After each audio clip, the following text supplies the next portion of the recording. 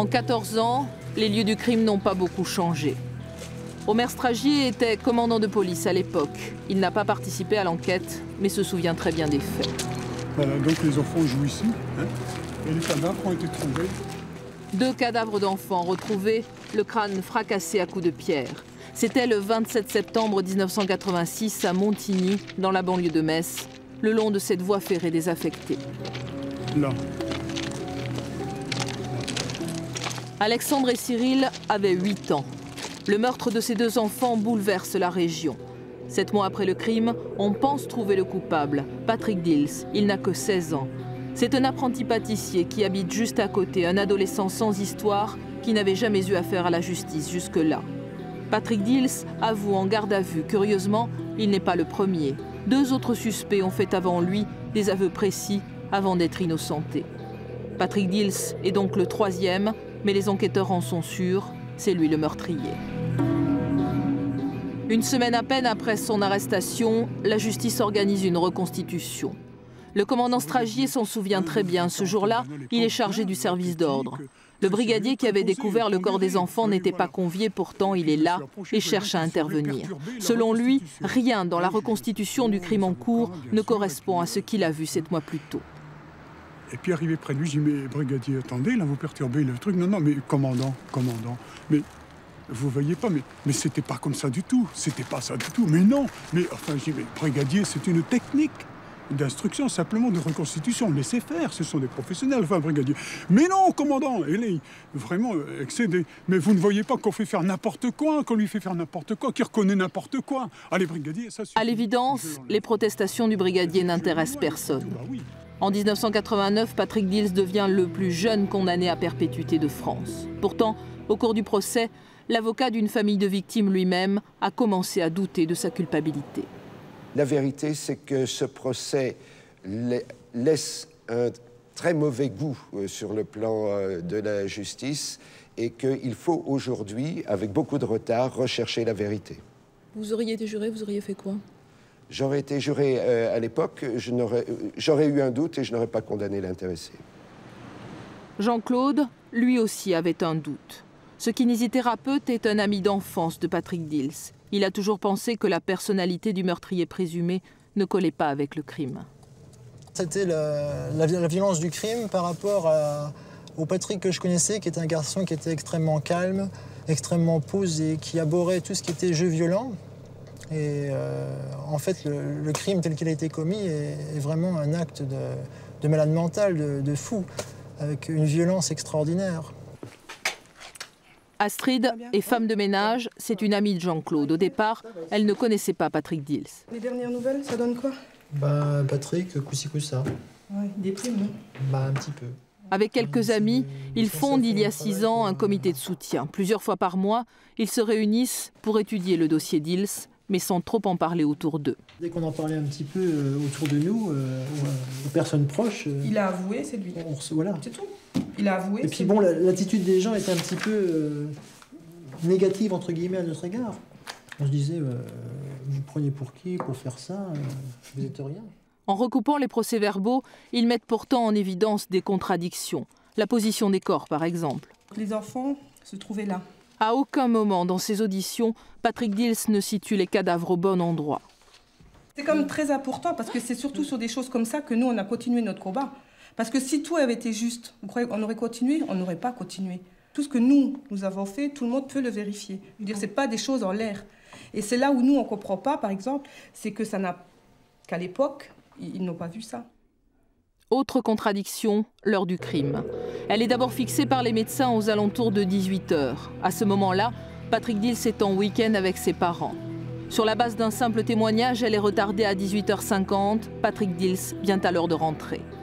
Jacqueline et Jean Dils sont beaux tourner et retourner tout cela dans leur tête. Ils n'arrivent pas à croire que leur fils soit un assassin. Je me suis posé énormément de questions. J'ai réfléchi, j'ai cherché. Je dis, c'est pas possible. Entre le jour du meurtre et puis son arrestation, il s'est passé 7 mois. Et pendant les 7 mois, forcément, même s'il n'avait pas voulu le dire, son comportement aurait changé, ou la nuit, il aurait fait des cauchemars. C'est sûr, d'un côté comme de l'autre, ça serait sorti. Et on aurait remarqué quelque chose. Et on n'a rien remarqué. Voilà 14 ans qu'ils font tous les dimanches l'aller-retour entre la maison et la prison. Patrick a aujourd'hui 30 ans. Il a passé près de la moitié de sa vie entre 4 murs à construire des maquettes. La Tour Eiffel, C'est le premier objet que Patrick a réalisé. Où ça? à Au Metz. centre de détention de Metz, la maison d'arrêt de Metz. Ouais. En 1992, 3 ans après son procès, Patrick Dils reprend espoir. Un article dans le journal attire l'attention de ses parents. Le journaliste y parle d'un assassin présumé, un certain Francis Holm. En 1986, à l'époque du double meurtre de Montigny, Holm est dans les environs, chez sa grand-mère. Il passe même 2 jours à l'hôpital psychiatrique de Metz. Dans cet article-là, qu'est-ce qui vous fait penser que ça peut être lui le tueur? Parce que c'est marqué qu'il a déjà tué quelqu'un à coup de pierre. Il était en 86 interné à Metz et également en 87. Et qui faisait des recherches, mais sur les dossiers, sur des affaires non élucidées. Et ce jour-là, vous vous dites... Oh ben là, moi, un petit espoir. Ouais. Je me suis dit, il est dans le coup. J'ai tout de suite dit, il est dans le coup. Francis Holm, le plus célèbre tueur en série français. Un sans domicile fixe surnommé le routard du crime. Pour les psychiatres, un psychopathe, un manipulateur. Holm a été condamné 5 fois pour meurtre, dont 2 fois à perpétuité. La plupart de ces crimes ont été commis dans l'Est de la France. En 1989, lorsque Patrick Dils est jugé par la cour d'assises, personne ne connaît encore Francis Holm. Il sera arrêté seulement 3 ans plus tard par cet homme, à l'époque gendarme à la section de recherche de Rennes. Au fil des ans, l'adjudant Jean-François Abgral devient le spécialiste de Francis Holm. Il connaît son parcours, son mode opératoire. Il est le seul à qui le tueur en série accepte de se confier. Quand je vais l'interroger pour savoir d'où il vient, qu'il m'explique un petit peu son parcours, il va me parler d'un ensemble de choses très variées, qui paraissent comme ça, prises tout ensemble, très incohérentes, et qui sont en fait des petits éléments des meurtres qu'il a commis sur son itinéraire. Et c'est exactement ce qui va se passer dans l'affaire de Montigny-lès-Metz. Au fil des auditions, Francis Holm donne au gendarme Abgral des éléments qui rappellent de façon troublante le double meurtre. Dans un procès-verbal réalisé en 1998, Holm raconte qu'il est passé à Montigny le jour du crime avec un groupe de cyclistes. Les enfants leur auraient jeté des cailloux du haut de ce pont. Le groupe serait revenu un peu plus tard, aurait vu sur place des pompiers, aurait appris que 2 des enfants venaient d'être tués. Holm affirme qu'il n'a pas touché aux enfants. En fait, il brouille les pistes. Le premier à avoir contacté le gendarme Abgral est l'avocat de Patrick Dils. Alors tout ça, c'est son dossier, c'est l'intégralité de son dossier. En confrontant leurs 2 dossiers, l'avocat et le gendarme se sont forgés une conviction. Si Francis Holm reconnaît sa présence sur les lieux du crime le jour dit, c'est qu'il est probablement le meurtrier. Le tueur en série a souvent agi avec des complices. Holm pouvait-il entraîner Dils? C'est une hypothèse. Alors ça, c'est une question que je me suis posée dès le début, que j'ai posée à Patrick Dils, très honnêtement, puisque l'on sait que Francis Holm a souvent emmené dans ses terribles parcours criminels des gens innocents et qu'il a un peu, je dirais, un peu faibles, et qu'il a pris par la main et conduit à commettre l'irréparable. Patrick Dils m'a dit, les yeux dans les yeux, ça n'a la valeur que ça, mais j'y crois, moi, personnellement, qu'il n'était pour rien dans ce double crime. Et personnellement, je le crois profondément, sinon je ne serais pas son avocat aujourd'hui. Jean-Claude Bénin aurait préféré que cette histoire ne remonte pas, comme il dit, à la surface. Il est le papa de Cyril, l'un des 2 enfants assassinés. Je ne sais pas quoi penser. Je ne sais pas. Pendant 14 ans, vous avez pensé que c'était lui? Jusqu'à... avec les preuves, avec les dires de la police, avec les rapports du tribunal, jusqu'à présent, j'étais sûr que c'était lui. Et maintenant, je commence à douter, sérieusement. Les parents de Patrick Dils n'avaient jamais vu autant de journalistes en même temps. Le 24 juin 2000, la Cour de révision se réunit exceptionnellement pour la 2e fois de son histoire. Pour la justice, la présence de Holm sur les lieux du crime constitue un fait nouveau qui justifierait la réouverture du dossier. Les magistrats ont décidé d'ordonner un supplément d'enquête. Lorsque ces investigations auront été faites, la révision du procès Dils sera toujours possible.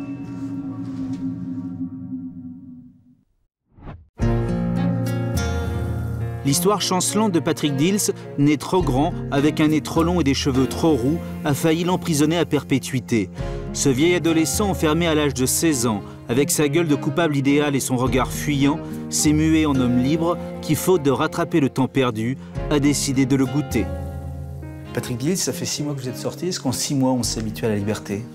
Vous savez, il n'y a pas besoin de 6 mois pour s'habituer à la liberté. Hein. Quelques minutes, quelques heures. Qu'est-ce qui vous fascine le plus dans cette liberté retrouvée? Des choses très simples. Je suis fasciné par les cours d'eau, par exemple. J'aime entendre le bruit de l'eau, j'aime le mouvement de l'eau. Je dois être un des seuls de cette petite ville qui prend le temps de se mettre assis sur les bancs puis à regarder l'eau et puis le temps qui passe. Vous refaites votre vie ou vous faites votre vie? Je dirais je commence ma vie. Physiquement, j'ai 32 ans, mais dans ma tête et dans mes yeux, j'ai à peine 16 ans. Durant toutes ces années, aucun psychiatre n'a pu vraiment expliquer pourquoi un homme qui se dit innocent a pu s'accuser d'un double meurtre qu'il n'a pas commis. Ben, je pense que plus d'une fois, je me suis posé la question. Je me suis dit, mais attends, mais comment j'en suis arrivé à avouer? Comment j'ai pu craquer? Qu'est-ce qui se passe dans votre tête à ce moment-là? Je sais pertinemment que ce que je suis en train de raconter, c'est un mensonge. Mais je sais également qu'en disant ce que l'inspecteur souhaite entendre, je serai tranquille. Parce qu'on m'a dit, écoute, c'est pas grave, c'est un accident, tout le monde peut comprendre un accident, tu verras, tu vas revoir tes parents, demain tu iras retravailler. Effectivement, j'étais naïf. J'étais peut-être même stupide. On aurait pu m'accuser de n'importe quoi. Vous vouliez retrouver votre maman? Retrouver ma maman, retrouver mon papa, retrouver ma vie. Il faut dire que vous êtes un jeune gamin de 16 ans à l'époque qui vivait déjà le cauchemar en cours de récréation. C'est vrai. Oui, c'est qu'à l'époque, je ne m'aimais pas. J'étais, on va dire d'une certaine manière, le souffre-douleur de la classe. Le fil de fer, je crois que c'était l'insulte. Le fil de fer, le canard, le Rambo. Pourquoi le Rambo? Parce que je suis tout le contraire. On a l'impression que le copain qui vous insulte, la fille qui se moque de vous, l'inspecteur qui vous malmène, vous ne résistez jamais, vous subissez. Je subis, oui, c'est vrai. Je n'ai jamais riposté. Parce que je ne m'en sentais pas la force, je n'aurais pas su quoi faire. Et puis en plus, bon, j'aurais peut-être pu éventuellement avoir la possibilité de riposter par rapport à mes camarades, mais je ne m'aurais jamais vu le faire par rapport à un inspecteur. Ah non. Ni un juge? Encore moins un juge. J'avais la volonté de vouloir montrer que j'étais innocent, vouloir le faire et réussir à le faire. Croyez-moi, il y a un sacré précipice. Accusé du pire des crimes, incapable de dire son innocence et honteux de ne pouvoir se défendre, Dills va tenter de survivre et de grandir derrière les barreaux en pliant sous les coups sans jamais rompre. Vous entrez à 16 ans en prison, très naïf, vous ne savez rien de la vie, je connaissais rien des hommes, rien des femmes, rien du sexe. Absolument pas. Et vous allez tout découvrir. Je vais, oui. Et tout subir, une fois de plus. Surtout tout subir, oui. Jusqu'au viol. Jusqu'au viol, effectivement. Comment vous expliquez que même là, vous n'avez pas de mots de protestation, de cris qui sortent de votre bouche? Là aussi, vous subissez. Jusqu'au viol. Comment peut-on subir un viol? Écoutez voir. Quand une femme se fait violer, elle a déjà honte. Bien souvent, elle n'en parle même pas. Alors imaginez-vous un seul instant, quand c'est un homme qui se fait violer. Mais c'est inconcevable. Et pourtant, est-ce que c'est pas à partir de ce viol que vous décidez, enfin, je dirais, dans votre vie, de réagir, de protester, de dire non? Je pense que c'est ça, plus ça, plus ça. C'est un amoncellement de choses qui ont fait qu'à un moment donné, non, stop, là, il faut arrêter. Et ça avait commencé à la cour de récréation? Ça a commencé à la cour de récréation. Il faut arrêter, il faut qu'on me laisse tranquille maintenant. Et ce jour-là, vous levez la tête? Là, je lève la tête. Est-ce que ça a créé en vous une forme de ressentiment, de blessure impossible à cicatriser? De haine, même? Ah non, de la haine, j'en ai absolument pas. Non, j'ai absolument aucune haine à l'égard de qui que ce soit. Que cela soit au niveau de ceux qui m'ont jugé, que cela soit ceux qui ont fait ma garde à vue, ceux qui ont abusé de moi ou ceux qui m'ont tabassé. Par contre, je ne parlerai pas aux gens qui m'ont fait souffrir. Je ne parlerai pas à ceux qui m'ont fait du mal. Mais je n'ai pas de haine. Donc, quelle trace ça a laissé en vous? Eh bien,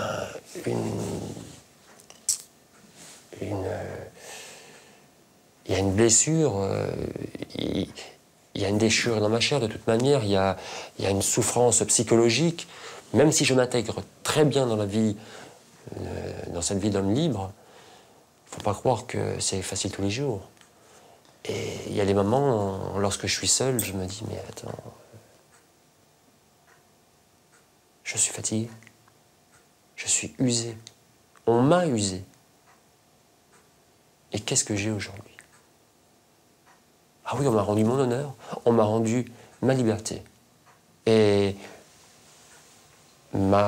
j'ai en quelque sorte ma revanche, qui est une revanche personnelle, c'est réussir ma vie pour montrer à tout le monde que c'est la société qui s'est trompée à mon égard et que je ne suis pas un monstre, que je n'ai jamais été un monstre et je suis quelqu'un de bien.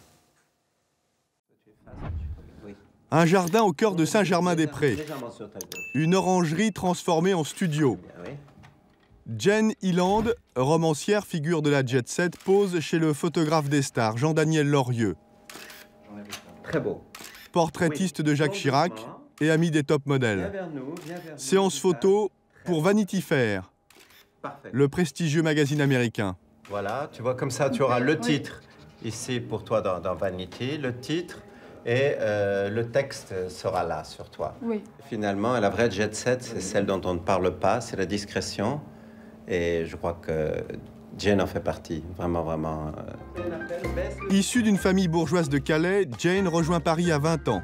Étudiante en lettres, puis top modèle. Sa vie bascule le jour où elle épouse Mike, un milliardaire britannique, l'ex-mari de l'actrice Martine Carroll. J'ai rencontré Mike qui m'a fait rire dès la première rencontre. J'étais habillée extrêmement court, extrêmement décolletée. Il m'a fait un baise-main. On était en janvier, il m'a dit « ça doit être intéressant de vous rencontrer en juillet si vous habillez comme ça en janvier ». Vous voyez, bon, alors c'est quand même drôle quand vous êtes dans un endroit où tout le monde a l'air de s'ennuyer. Elle découvre la jet set, pose pour Andy Warhol. Riche et belle, elle n'oublie pas les plus pauvres, aux côtés de Mère Teresa.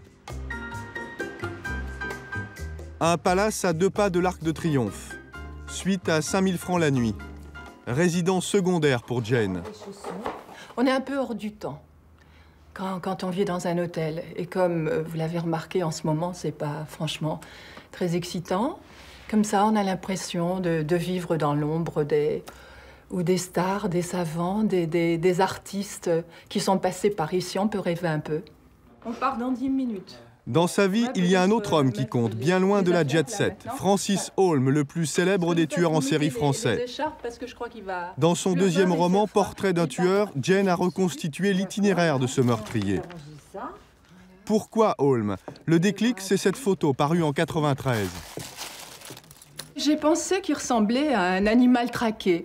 C'était pas l'idée que je me faisais du tueur en série qui fait peur, effrayant. Vous savez, dans les journaux, quelquefois, on voit la photo d'un tueur, on dit « ah ben ça m'étonne pas, avec une tronche pareille hein, », on dit ça. Là, évidemment, je vais pas dire qu'on ait envie de le rencontrer le soir au fond d'un bois, mais il a l'air surtout d'avoir peur. Départ pour Metz. Jane va assister au 7e procès de Francis Holm devant les assises. À plusieurs reprises, elle a entrepris des démarches pour le visiter au parloir. Elle n'a jamais obtenu d'autorisation. Pour la première fois, elle espère l'apercevoir à l'audience, en chair et en os.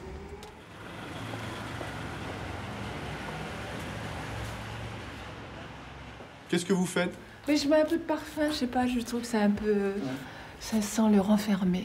C'est pas un palace parisien. Non, non, mais c'est ça aussi l'exotisme. Hein. Confidence d'un serial killer, des dizaines de lettres écrites et signées par Francis Holm. Correspondance régulière depuis le mois de janvier.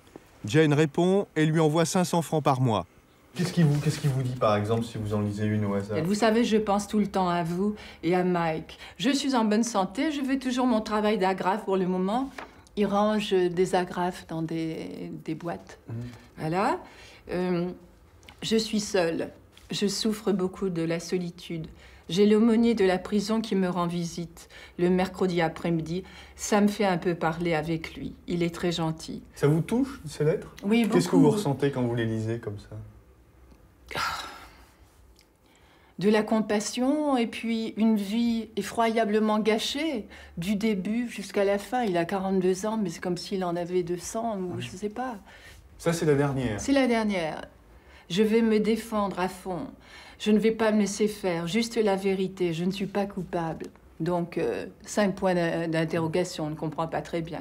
Quand je rentre dans la salle, faites-moi un signe avec la main. Ça va me porter chance. Je serai calme. Il vous demande de lui faire un signe. Vous allez essayer de le faire, ce signe?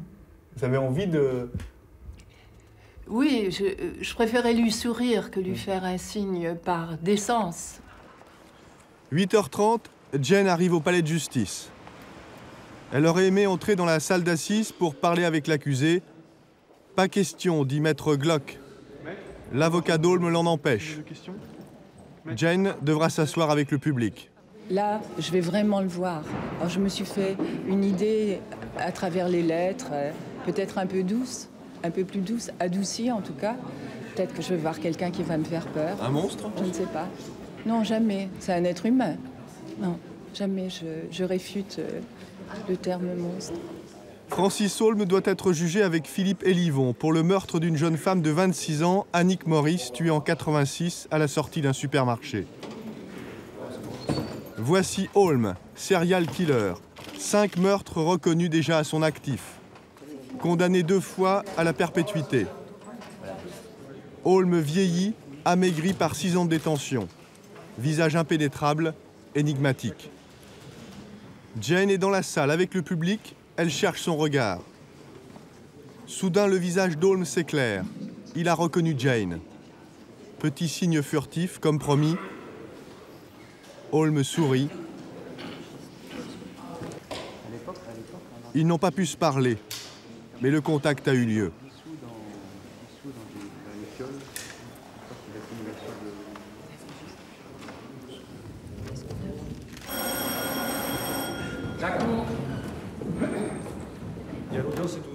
Lors de la première audience, la Cour a entendu des experts disserter sur le cas Aulme. Débile vaniteux, mythomane, obsessionnel, impuissant, pervers, alcoolique, constat effroyable. Jane est bouleversée, ses premiers mots sont pour la famille de la victime. Je n'avais jamais réalisé qu'on donnait autant de détails sur la sexualité, sur la façon dont la pauvre fille était habillée ou déshabillée. C'est très, très... Je n'arrive même pas à m'exprimer tellement je suis émue. Et je trouve que Francis Aulme, quand on dit... il y a une description de 10 minutes de toutes ces tares, et après, on conclut en disant « mais il est responsable ». Je trouve ça surprenant pour le moins. Pour écrire son livre, Jane a enquêté durant des mois. Elle raconte une enfance fracassée, tente d'expliquer comment il est devenu tueur en série, sans jamais pardonner. Ce livre, c'est pas pour l'excuser, vous n'êtes pas indulgente à son égard, c'est pour essayer de comprendre, pour expliquer. Pour expliquer, oui. J'ai tenté d'expliquer, parce que quand même, c'est pas banal. On n'a pas toujours de la chance en naissant, mais lui, enfin, c'est une collection de catastrophes. Je pense pas qu'il ait un moment de bonheur. Sa mère qui meurt, c'est... D'ailleurs, dans chacun de ses procès, il dit toujours, quand on parle de sa mère, ça fait boum dans ma tête. C'est... voilà. Vous insistez beaucoup sur les corrections infligées par son père, les sévices. Ça, pour vous, c'est prédominant, c'est très important? Oui, c'est épouvantable. Il s'est jamais remis de son enfance, jamais. Jamais il est resté... plus exactement, il est jamais sorti de l'humiliation de son enfance. C'est un homme, ça a été un enfant humilié, c'est un homme humilié. Alors, certainement que quelquefois, il a ces bouffées de désespoir et donc de criminalité. Je ne sais pas. On n'arrive jamais à se mettre à la place du type qui sort son couteau et qui commence à taillader un corps d'enfant ou de femme, bien sûr.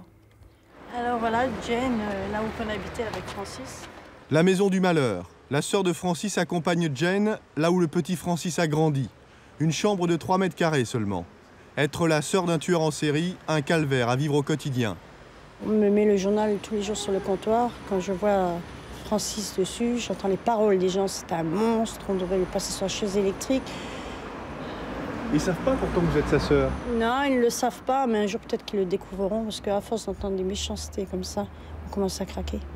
Quel regard vous portez sur Jane qui est avec nous, qui est très riche, très belle, et qui s'intéresse à votre frère qui n'intéresse personne?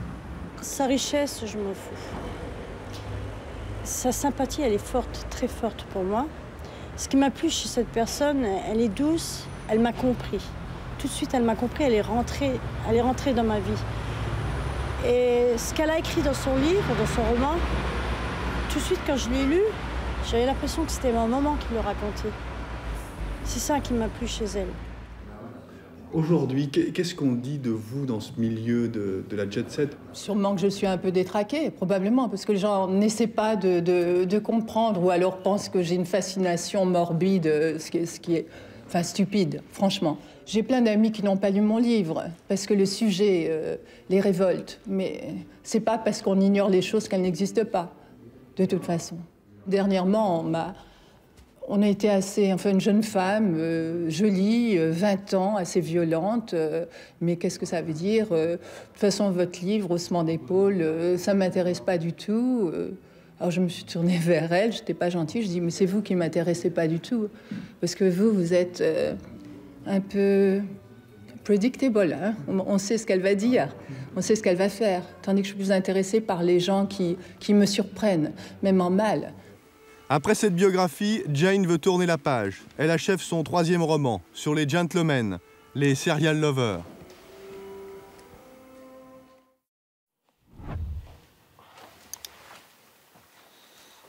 C'est une douleur lancinante qui hante ce père depuis 28 ans, depuis le meurtre de son fils. Cyril, vous êtes toujours là. On la garde toujours de côté. Des fois, elle voyage. Et pas toujours à la même place. Hein.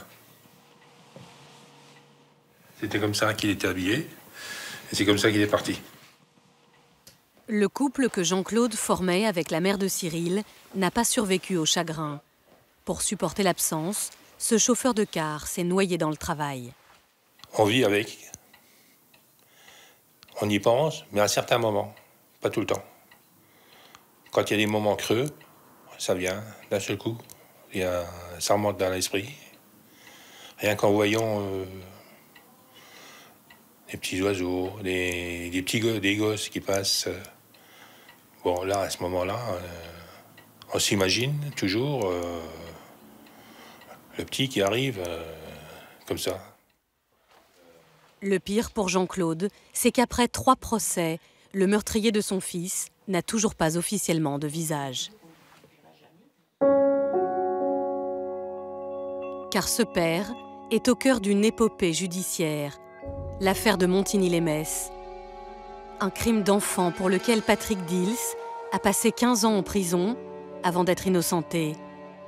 Un crime pour lequel le tueur en série Francis Holm est aujourd'hui accusé. Le mystère a commencé sur cette voie ferrée le 28 septembre 1986. Dans la soirée, sur ce talus, les corps sans vie de 2 garçons de 8 ans sont retrouvés. Alexandre Beckrich et Cyril Bénin ont été massacrés à coups de pierre. L'un est dénudé, mais ils n'ont pas été violés. Les enquêteurs interrogent 700 personnes. Ils se focalisent alors sur un adolescent qui habite ici, juste en face du talus. Patrick Dils, un jeune apprenti cuisinier de 16 ans, effacé, immature. Au bout de plusieurs mois, il passe aux aveux. Il participe même à une reconstitution, donne des détails du crime, avant de se rétracter 1 mois plus tard, mais les policiers sont sûrs de tenir l'assassin. Le 27 janvier 89, il est condamné par la cour d'assises de Metz. Patrick est depuis hier soir le plus jeune condamné à perpétuité en France. Il n'avait que 16 ans au moment des faits. Pendant 15 ans, Patrick Dils va crier son innocence. Mais pour toute la France, il est l'assassin de Montigny-lès-Metz. Jusqu'à ce que Francis Holm fasse son apparition dans le dossier. Et ce sont les propres parents de Patrick Dils qui vont mettre la justice sur sa piste. Grâce à quelques lignes dans le journal local. On a la coupure de presse qui nous a mis un peu la puce à l'oreille. Il parle d'un clochard tueur qui était en Moselle au moment du crime. L'homme s'appelle Francis Holm.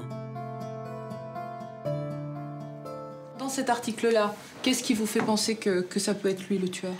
Parce que c'est marqué qu'il a déjà tué quelqu'un à coup de pierre. Il était en 86 interné à Metz et également en 87. Et ce jour-là, vous vous dites... Oh ben alors, moi, un petit espoir. Ouais, je me suis dit, il est dans le coup. J'ai tout de suite dit, il est dans le coup. Les parents de Patrick Dils, avec leurs avocats, vont creuser la piste Holm. Ils s'aperçoivent qu'il y a un homme qui le connaît parfaitement.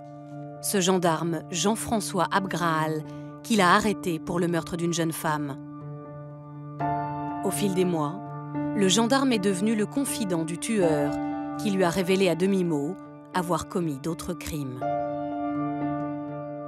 Je ne sais pas ce qu'il y a de vrai ou faux dans ce qu'il m'a raconté et pourquoi il me dit tout ça. C'est que plus tard, après avoir vérifié toutes ces petites choses-là, que je vais m'apercevoir que chaque élément qu'il a donné correspond à quelque chose de précis. Précis dans son parcours, dans sa vie, mais toujours lié à un homicide. C'est ainsi que le gendarme reconstitue l'itinéraire criminel de Francis Holm. En 8 ans, il a traversé 37 départements en stop ou à pied, semant la mort au gré de ses pulsions. En 1992, parmi ses confidences décousues, dans ses dépositions, Francis Holm évoque une scène énigmatique à Jean-François Abgraal. Il lui raconte qu'il aurait, lors d'une promenade à vélo le long d'une voie de chemin de fer dans l'est de la France, reçu des pierres jetées par 2 enfants. Et en repassant plus tard sur les lieux, avoir vu les corps de ces 2 enfants près des wagons, non loin des poubelles et d'un pont. Francis Holm évoque-t-il le double meurtre de Montigny-lès-Metz? Fait stupéfiant, à l'époque, en septembre 86, il habite ici, chez sa grand-mère, dans un petit village à 7 km des lieux du crime. Autre coïncidence, il travaille alors aussi comme manœuvre à 300 mètres du talus. Pourrait-il avoir tué les petits garçons? 2 témoins, qui se sont tus pendant 15 ans, vont alors se réveiller.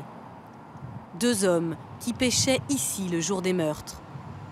L'un des 2 s'appelle Émile David. Il se souvient que le 28 septembre 86, il a pris Francis Holm en stop sur ce chemin. Francis Holm qui n'est alors pas connu comme un tueur en série, mais plutôt comme l'idiot du village. C'est là que j'ai vu Holm accroupi dans les grandes herbes. Et puis, comme je le connaissais, je lui ai demandé qu'est-ce qu'il faisait là. Il venait de la voie ferrée et puis il s'est mis là. Et puis au moment où il s'est levé, là j'ai vu qu'il y avait du sang sur le front. Et puis je lui ai demandé qu'est-ce qui s'est passé, qu'est-ce qui t'arrive. Puis il m'a dit, je descendais là, puis je suis tombé dans les cailloux. Il était apeuré, quoi. Il n'était pas comme d'habitude, hein, quand il promène dans le village. Non, là c'était carrément... c'était un autre bonhomme. Hein.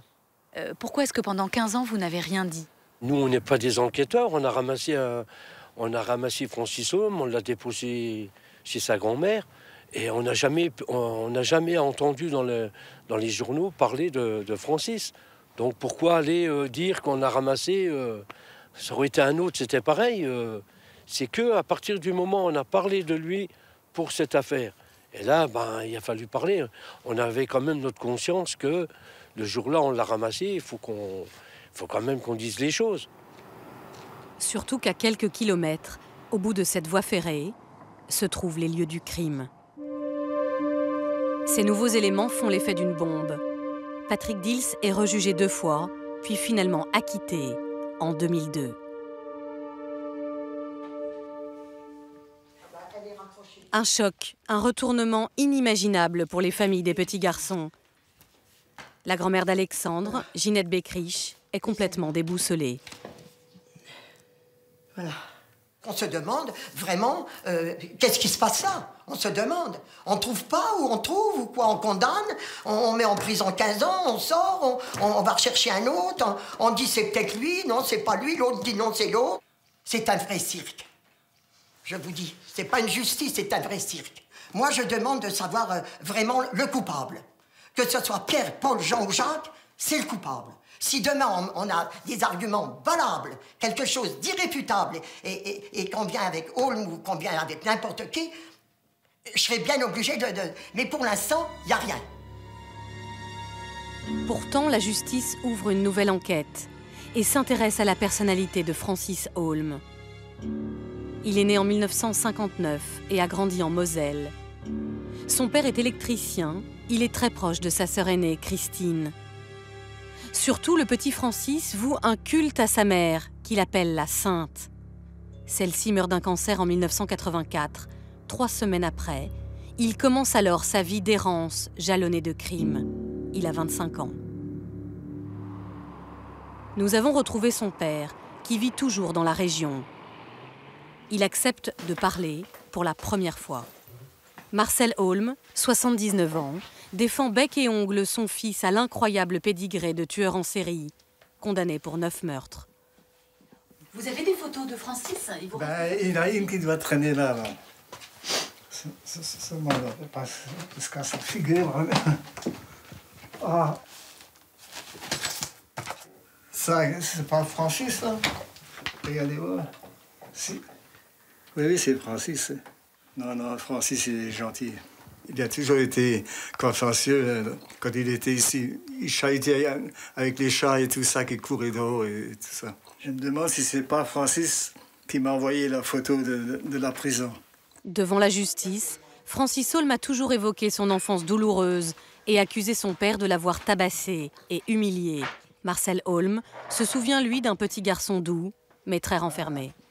Est-ce que vous avez été violent avec Francis Holm quand Jamais, j'ai jamais été violent avec lui et moi. Je l'engueulais quelquefois comme ça quand il faisait une petite bêtise, mais il n'a jamais fait de grandes bêtises, lui. Marcel Holm nie la maltraitance, mais reconnaît le traumatisme de la mort de sa mère. Le jour qu'elle est décédée, je l'ai vu, là, Francis, là, il commençait à tourner en rond tellement il était paniqué quand il a vu sa mère dans le cercueil. Il courait, il a le cercueil comme ça. Ouais, c'était terrible pour lui. Hein. Est-ce qu'il aurait pu commencer à devenir fou à partir de la mort de sa mère? Oh non, quand même pas. Il a quand même quelques trucs de la tête qui sont bons. Hein. Devenir fou, je pense pas. Il était assez intelligent pour se dominer.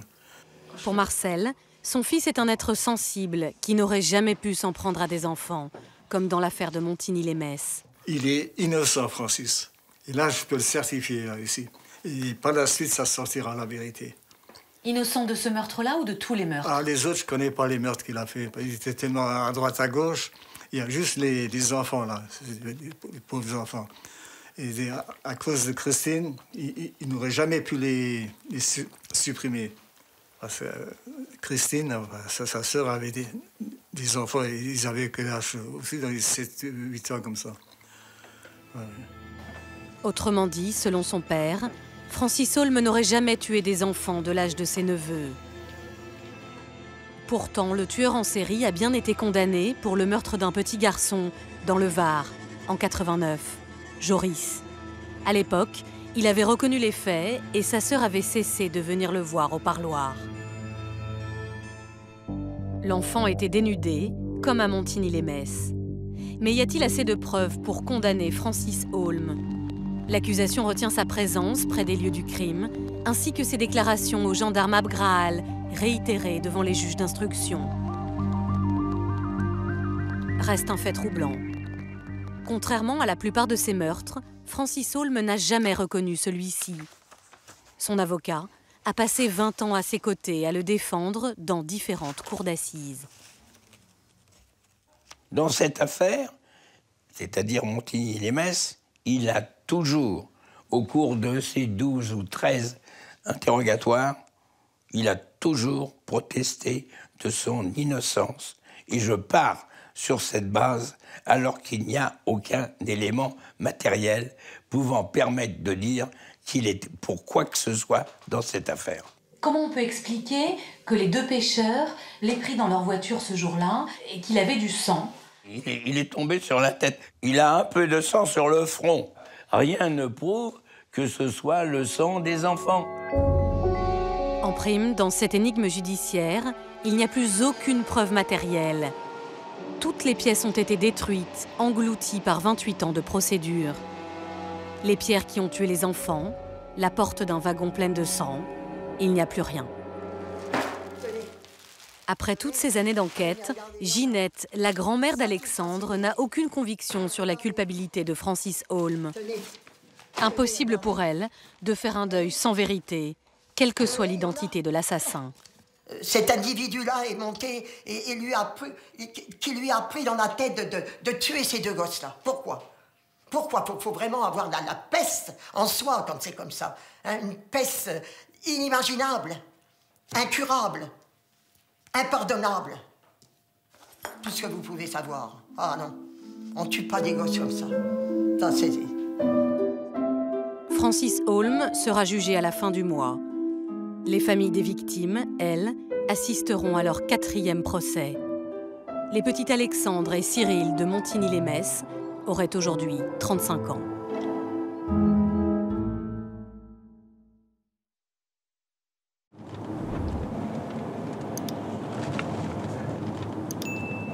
Ah, il est éclairé maintenant. À l'époque, il ne l'était pas. Ah, voilà. Ah oui, c'est bien ça. Ah oui, j'ai toujours dit, c'était plutôt un tunnel qu'un pont. Pour la première fois, Guillaume Janer, 85 ans, militaire à la retraite, revient sur ces lieux. Il y a plus de 30 ans, à la sortie de ce tunnel, il dit avoir été témoin d'une scène qu'il n'a pas oubliée. Il a été entendu par les gendarmes, mais n'a jamais parlé à la presse. J'étais là, sur le passage clouté qui est là. Je vois un caillou de ballast qui tombe depuis là-haut. Et je vois en même temps, là-bas, au virage, je vois quelqu'un qui jette son vélo. Et puis moi, je ralentis aussi. Et j'ai dit à ma fille, qui était avec moi, je dis, tiens, il a dû se faire caillasser aussi. Alors que des pierres sont jetées d'en haut, l'homme qu'il dit avoir vu escalade le talus à 4 pattes rapidement. J'ai encore dit à ma fille, et c'est des garnements là qui cherchent à les attraper pour les punir. Ils vont dérouiller avec lui, il va les corriger. Et je ne croyais pas qu'il allait les corriger jusque-là. L'homme dont parle l'ancien militaire serait Francis Holm. Ce tueur en série, déjà condamné pour 9 meurtres, comparé à partir de mardi prochain pour 2 autres crimes commis il y a 31 ans. Ceux d'Alexandre Beckrich et Cyril Bénin, 8 ans tous les deux. Le 28 septembre 1986, les 2 enfants sont retrouvés sur ce talus, à Montigny, près de Metz. Ils ont été tués à coups de pierre. L'un des 2 enfants a le pantalon baissé, mais n'a pas été vu. Une affaire pour laquelle Patrick Dils a passé 15 ans en prison avant d'être innocenté. C'est la première fois qu'un témoin assure avoir vu Francis Holm à proximité immédiate de la scène de crime. L'ancien militaire ne s'est manifesté que récemment, mais il se dit certain de l'identité de l'homme qu'il a vu. Je l'ai vu donc des 2 côtés, j'ai pu l'identifier. Je sais qui c'est, par la suite, sur les photos des journaux. Ça ressemble à ça? Exactement. Oui, exactement. Pourquoi est-ce que vous avez attendu, vous, presque 30 ans pour témoigner? Parce que j'étais à l'époque dans une période assez trouble et je ne m'intéressais pas à ce qui était écrit dans les journaux. Le témoignage de cet ex-militaire pourrait constituer le dernier rebondissement d'un dossier qui, depuis 31 ans, multiplie impasses et fausses pistes. 1 an après le double meurtre, en 1987, la justice identifie un premier suspect. Patrick Dils, un apprenti cuisinier de 16 ans qui habite ici, à 400 mètres des lieux des faits. Placé en garde à vue, il passe des aveux et se prête même à une reconstitution. Il se rétracte rapidement, en vain. En 1989, il écope de la perpétuité. Il est le plus jeune mineur condamné à la prison à vie. Le jeune homme continue à crier son innocence et 9 ans plus tard, il reprend espoir. Quand le nom de Francis Holm apparaît dans l'affaire. Surnommé le routard du crime ou le vagabond de la mort par la presse, il est incarcéré depuis 1992 pour son implication dans près d'une dizaine de meurtres commis à travers toute la France. En prison, Francis Holm a pris l'habitude de se confier à un gendarme, Jean-François Abgral. Parmi ses déclarations décousues, le détenu évoque une scène énigmatique. Il raconte que lors d'une promenade à vélo le long d'une voie de chemin de fer, dans l'est de la France, il a reçu des pierres jetées par 2 enfants. Et en repassant plus tard sur les lieux, il dit avoir vu les corps de 2 enfants près des wagons, non loin des poubelles et d'un pont. Plus tard, il dessinera même un plan précis des lieux. Francis Holm évoque-t-il le double meurtre de Montigny-lès-Metz? Fait troublant, en septembre 1986, il habite chez sa grand-mère, à 4 km, et travaille comme manœuvre à 400 mètres des lieux du crime. Autre élément, en 2001, 2 témoins qui se sont tus, eux aussi, pendant 15 ans se manifestent. 2 hommes qui pêchaient ici. L'un d'eux, Émile David, se souvient que le jour du double meurtre, il a pris en stop Francis Holm, qui n'était alors pas connu comme tueur en série, mais comme l'idiot du village. C'est là que j'ai vu Holm accroupi dans les grandes herbes. Il venait de la voie ferrée, et puis au moment où il s'est levé, là j'ai vu qu'il y avait du sang sur le front, et puis je lui ai demandé qu'est-ce qui s'est passé, qu'est-ce qui t'arrive, puis il m'a dit je descendais là, puis je suis tombé dans les cailloux. Sur la foi de ces nouveaux éléments, après 15 ans de détention, Patrick Dils est rejugé et acquitté. Vous êtes aigri de cette erreur judiciaire? On n'en sort pas indemne. On ne peut pas en sortir indemne. J'ai pas de haine, j'ai pas de rancœur, mais des questions, oui. Ouais, je me pose un tas de questions, mais quoi qu'on puisse dire, quoi qu'on puisse faire, personne ne pourra me rendre ces 15 ans. Francis Holm est alors mis en examen dans l'affaire. Mais a-t-il vraiment pu tuer les 2 enfants? Son père, que nous avions rencontré en 2014, vit toujours dans la région de Metz. Marcel Holm, 82 ans, dont c'est le seul témoignage, décrit un gentil garçon. Vous avez des photos de Francis? Il y en a une qui doit traîner là. Ça m'en va pas jusqu'à sa figure. Ah. Ça, c'est pas Francis, là? Regardez voir. Si. Oui, c'est Francis. Non, Francis, il est gentil. Il a toujours été consciencieux. Quand il était ici, il chahutait avec les chats et tout ça qui couraient dehors et tout ça. Je me demande si c'est pas Francis qui m'a envoyé la photo de la prison. Devant la justice, Francis Holm a toujours évoqué son enfance douloureuse et accusé son père de l'avoir tabassé et humilié. Marcel Holm conteste, mais il reconnaît que Francis a été traumatisé à la mort de sa mère. Il avait alors 25 ans. Le jour qu'elle est décédée, je l'ai vu, là, Francis, là, il commençait à tourner en rond tellement il était paniqué quand il a vu sa mère dans le cercueil. Il courait, il a le cercueil comme ça. Ouais, c'était terrible pour lui. Hein. Est-ce qu'il aurait pu commencer à devenir fou à partir de la mort de sa mère? Oh non, quand même pas. Il a quand même quelques trucs de la tête qui sont bons. Hein. Devenir fou, je pense pas.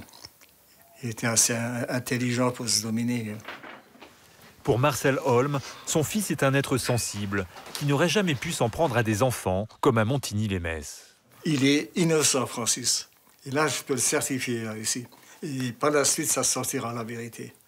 Innocent de ce meurtre-là ou de tous les meurtres? Ah, les autres, je ne connais pas les meurtres qu'il a fait. Il était tellement à droite, à gauche. Il y a juste les enfants, là, les pauvres enfants. Jane Eland, elle non plus, ne croit pas que Francis Holm soit coupable du meurtre des enfants. Il y a quelques années, cet auteur a rédigé un livre sur le tueur en série. Il écrit comme un enfant de 8 ans, avec le vocabulaire assorti à celui d'un enfant de 8 ans, mais assez structuré quand même. Dans les années 2000, Jane Eland a reçu plus d'une centaine de lettres du tueur en série, dont celle-ci. J'ai dit la vérité. C'est pas moi pour les enfants. La famille me croit maintenant. Je pense qu'on va me laisser tranquille.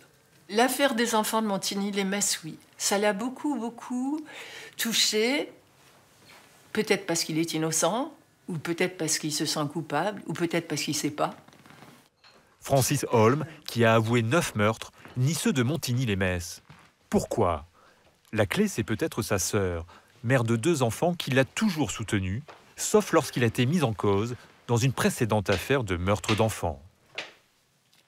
Quand elle a appris la mort de ce petit Joris Viville, qui venait de Belgique avec ses parents pour passer des vacances, là, elle a cessé de le voir, complètement. Alors, il y a des gens qui disent, évidemment, il n'ose pas avouer les crimes des 2 enfants, parce qu'il sait que sa sœur ne lui parlerait plus.